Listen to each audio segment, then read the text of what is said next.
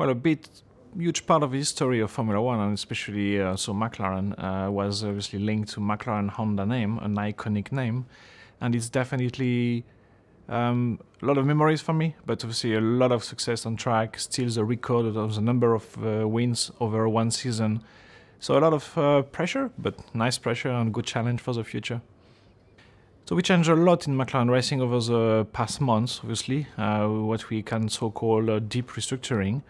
But the DNA is still the same, you know, it's just a philosophy we have changed. And we obviously work very hard to not leave any rock unturned, to make sure we will be ready in Jerez, but ready for the season, and also a fresh start for the next years to be successful. So all what we changed on the MP4-30 was obviously the philosophy of the car, not the DNA. McLaren DNA is still here, and will stay for long, I hope. But this is the philosophy about designing the car, about how we handle, how we package the car. Everything has changed, I guess. Some people downstairs on shop floor obviously are very happy to say this is maybe one of the most exciting and best ever built car from McLaren, so which is already very flattering for all the organization. But we have to stay obviously grounded, and we need to see what's going to happen and how performance, or let's say successful, will be. Yeah, I mean, this concept of driver friendly, it's maybe new and part of this new philosophy. We are trying just to make sure we can give our drivers the ability to exploit the car to the limit, which means getting this performance package. I mean, if you have a performing car, and the driver can't drive it, it's obviously a waste. So we just want to make sure our drivers can drive the car to the limit, which obviously means we will exploit to the limit. And this is where this new philosophy is standing to. Development is part of Formula One, and obviously as long as you stay in the frame of the regulation, you can do whatever you want. So it's very key to develop obviously the performance of the car throughout the year. We already know that the car which is gonna be seen during the launch will be different from the car hitting the track during the testing, and obviously still very different from the car turning up in Melbourne. So we will keep developing the car. We know where we go, at least in the short-term view, and we want to keep to develop the car. But it's the beginning of a new era, and obviously the potential is huge now. We know for the coming years, which is our target, to be very successful. So we have to, let's say, we had to rebuild this platform and make sure we can develop based on this one. We have to have big ambitions, because McLaren Honda wants to be very successful on track. So we have to change our mindset and make sure we can obviously hit the targets, and very ambitious targets which we have set up for ourselves. It's true that we are ahead today, and if you speak to the engineers back in the office, they're already working on designing and developing the car which is gonna turn up Barcelona, Monaco, and it's already well ahead in advance. I mean, what happened from McLaren for 2015, obviously it's I hope only good. It's true that there is a lot of excitement over the winter, because everybody is preparing itself and ready to compete, and nobody will show all his cards in the testing. And today, it's only numbers coming from computers or simulation which gonna just build up the expectation. So we have to be careful, and we need to first test, make sure the machinery is working behind the track, but at the track as well. And then we will, more or less by the end of the, let's say, testing program, we will know where we are.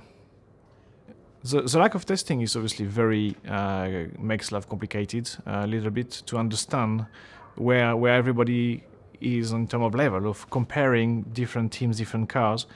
But I think we develop very accurate simulation tools these days, and I think it's just, you know, to correlate with what we have been doing before and what we want to achieve. So I think we will do our best with very, very few days of testing. Well, the relationship between McLaren and Honda has been obviously built on a very serious foundation based on the past success, obviously. There was a lot of understanding from both cultures how to match together, click together, fix together. And it's true that what has been built is a very, very strong relationship already since day one. It has developed over the year. We send people in Japan, Japanese people send people here in MTC.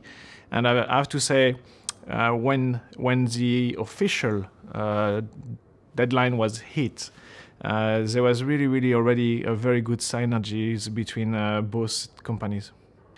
But to put McLaren and Honda back to the front of the grid, we just need to keep the commitment we have, the dedication we have, and the trust we have as well is in our human force, which is very important. We have to work hard to make sure, we will deliver on every bit the maximum. And I think the package today has a very solid foundation and good base to start to work with, and it's just now giving time and be as efficient as possible to obviously be successful as early as possible. I mean, both drivers obviously are bringing first talent and a huge experience. I mean, they are both world champions, so they know what they're talking about, and they definitely know what they're driving about. And so we have to make sure we will give them the best tools, the best car, the most competitive crew, and be the best in every field, just to, let's say, feed their winner egos and make sure we can be successful all together.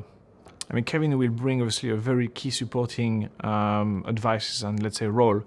And he, as you said, he was driving for us last year, and he's very definitely eager to get back in racing for McLaren. So he will do his best, obviously, by supporting the team to get back to the front of the grid. Well, a massive milestone, as you said, first will be to hit the track in Jerez. Remember a year ago, there was a lot of stories and cars not showing up on the track. So we have to be realistic. We have to be, again, down to earth. We will do our best to make sure, obviously, we do a maximum of laps, but obviously this is the first time McLaren and Honda will properly hit the track. Well, a realistic expectation for 2015, it's first to start to do our best to be competitive. You have to remember, obviously, we want to keep the momentum we have created over 2014 and especially over this winter. We have a very strong competitive field, and they have already a year of development, a year of racing with these new power units. The association, McLaren Honda, is new.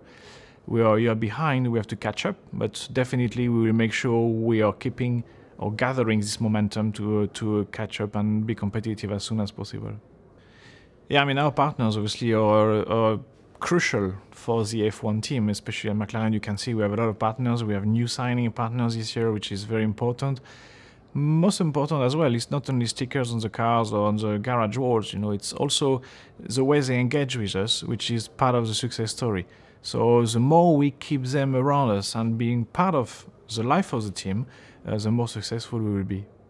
Yeah, I mean, I have a lot to say to our partner, obviously, ahead of 2015. New philosophy, new era, same DNA, so which means we have everything, all the ingredients to be successful, and we just want our partner to engage as much as they can and to adhere to this new value and this new philosophy, and we will be successful together.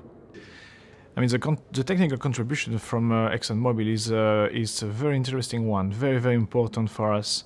Obviously, not only visibility or activation around this partnership, there is a lot of technical involvement and inputs from our partner ExxonMobil. So most of the people think, okay, the engine is a very important development part done by ExxonMobil based on the lubricant or even the fuel. But the truth as well is the chassis side. We have a lot of fluid on the car, dampers, gearbox, even steering rack fluids. All these kind of fluids have, let's say, been specifically designed by ExxonMobil to be at the top of the top. So the performance package and, let's say, the winning combination we can create, or the momentum around the car, the team, engine partner, has been obviously helped by the deep engagement of ExxonMobil.